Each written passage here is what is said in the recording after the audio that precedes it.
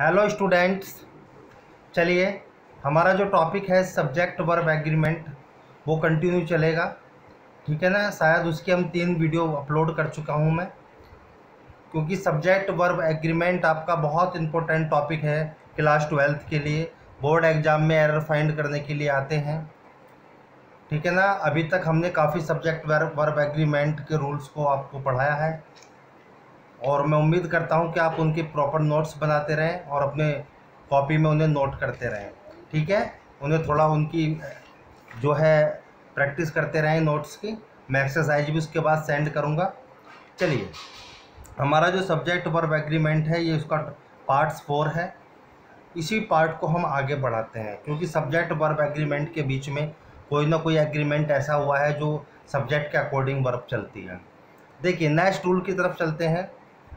सामने स्क्रीन पर आपके लिखा हुआ है, मैंने लिखा हुआ है कि जब किसी भी सेंटेंस में यानी कि इमेजनरी थॉट्स यानी कि कोरी कल्पना दी गई हो, ठीक है, या फिर असंभव शर्त जिसे पूरा ही ना किया जा सके, तो आपको याद रखना है कोरी कल्पना वाले जितने भी सेंटेंस होते हैं जिसमें असंभव कंडीशन होती है, उसमें आप हर सब्जेक्ट के साथ केवल वर का प्रयोग करेंगे। यानी कि किसका प्रयोग करेंगे?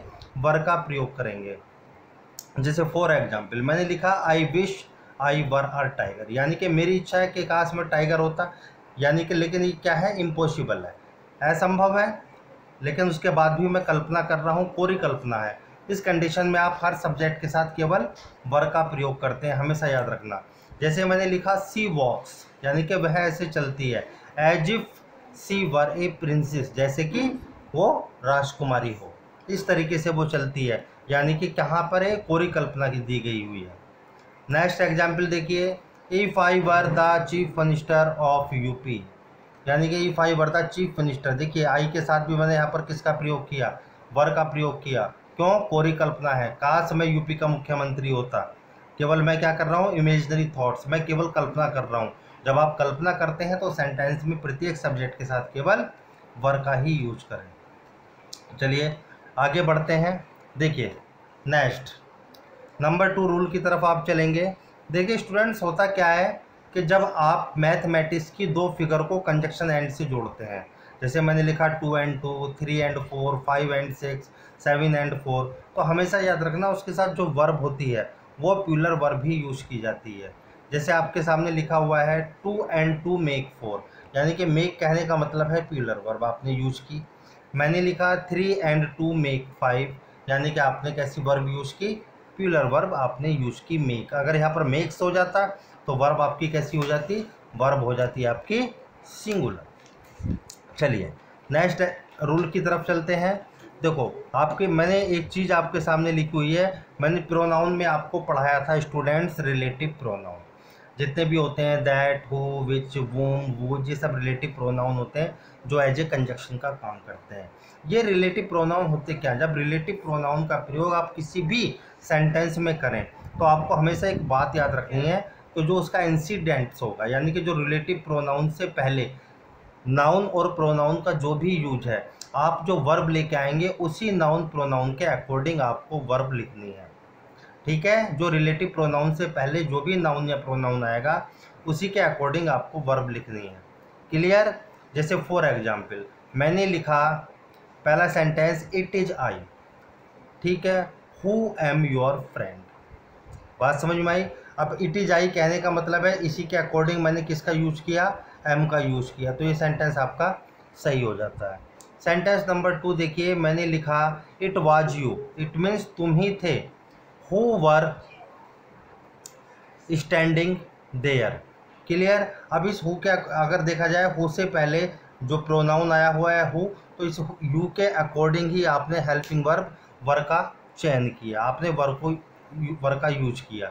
क्लियर? जो भी रिलेटिव प्रोनाउन से पहले यानी कि नाउन और प्रोनाउन आएगा, आप उसी के अकॉर्डिंग हेल्पिंग वर्ब या जो भी मेन वर्ब है आप उसे यूज करेंगे। क्लियर? देखिए थर्ड एग्जाम्पल, मैंने लिखा the girls who are here, ठीक है, कैन स्पीक इंग्लिश। तो अब आपने देखा कि इस हु से पहले जो भी नाउन आ रहा है गर्ल्स, यानी कि प्यूलर नाउन है, आपने उसके अकॉर्डिंग क्या लगाया? हु आर, यानी कि आपने आर का वर्ब का प्रयोग किया। क्लियर। चलिए नेक्स्ट आगे बढ़ते हैं, सब्जेक्ट वर्ब एग्रीमेंट को आगे लेकर चलते हैं। देखिए बड़े ध्यान से समझें स्टूडेंट्स, आपके सामने स्क्रीन पर लिखा हुआ है, मैंने कुछ वर्ब्स लिखी हुई हैं कि कुछ ऐसी वर्ब होती हैं जिनके बाद में हमेशा एज का प्रयोग किया जाता है। ठीक है, जैसे मैंने आपके सामने वर्ब लिखी डेस्क्राइब और डिफाइन, डेस्क्राइब और डिफाइन। उसके बाद मैंने आपके सामने लिखे जो वर्ब लिखे रिगार्ड और ट्रीट, यानी कि ये वर्ब ऐसी हैं जिनके बाद आप एज का प्रयोग करेंगे। ठीक है, उसके बाद मैंने लिखा है रिप्रेजेंट और मेंशन, ये वो वर्ब है जिनके बाद हमेशा एज का प्रयोग किया जाएगा। यानी कि पहले आप इस वर्ब का प्रयोग करेंगे, उसके बाद में जो भी आएगा आप ऑब्जेक्ट का यूज करेंगे, और उसके बाद में आप हमेशा याद रखना एज लगाएंगे। क्लियर, एज का प्रयोग आप करेंगे। जैसे फॉर एग्जाम्पल देखिए, मैंने लिखा she regards me as her guardian. Clear, आपने किसका यूज किया, रिगार्ड्स के साथ वर्ब एज का यूज किया।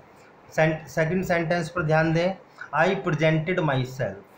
ठीक है, I presented myself as a candidate, आपने किसका यूज किया, एज का यूज किया। क्लियर। नेक्स्ट रूल की तरफ चलते हैं स्टूडेंट्स। देखिए आपने 9th और 10th में पास्ट परफेक्ट टेंस को बहुत डीपली पढ़ा है। ठीक है, पास्ट परफेक्ट टेंस का जो स्ट्रक्चर आपके सामने स्क्रीन पर दिया हुआ है, इसमें से 12th में एरर पूछा जाता है। याद रखना कि पास्ट परफेक्ट के जो टेंस है वो बिफोर और आफ्टर कंजक्शन से आपस में जुड़े हुए होते हैं। आपको एक बात याद रखनी है कि बिफोर वाला जो सेंटेंस होगा, तो बिफोर से पहले आप हमेशा किसका प्रयोग करेंगे, यानी कि पास्ट परफेक्ट का टेंस का। पहले पास्ट परफेक्ट टेंस आएगा, उसके बाद में बिफोर, और उसके बाद में आने वाली जो सेंटेंस होगा वो कौन सा सेंटेंस होना चाहिए, पास्ट इंडेफिनिट का सेंटेंस होना चाहिए। यानी कि पहले पास्ट परफेक्ट, फिर बिफोर, उसके बाद में पास्ट इंडेफिनिट। सेकंड रूल पर ध्यान दें, अगर सेंटेंस जो है पास्ट परफेक्ट में कंजक्शन आफ्टर से जुड़ा हुआ है, तो आफ्टर से पहले आप पास्ट इंडेफिनिट का यूज़ करेंगे। पहले आप पास्ट इंडेफिनिट, उसके बाद में आफ्टर, और उसके बाद में हमेशा पास्ट परफेक्ट का यूज किया जाता है। क्लियर, यानी कि आफ्टर से पहले आप पास्ट इंडेफिनिट का यूज़ करेंगे, और आफ्टर के बाद में आप किसका यूज़ करेंगे, पास्ट परफेक्ट का यूज़ करेंगे। जैसे फॉर एग्जाम्पल देखिए, मैंने लिखा for example she had gone. देखिए बिफोर वी रीच्ड देयर। अब देखो पहले बिफोर से पहले कौन सी क्लोज आ गई आपकी, सी हैड गॉन।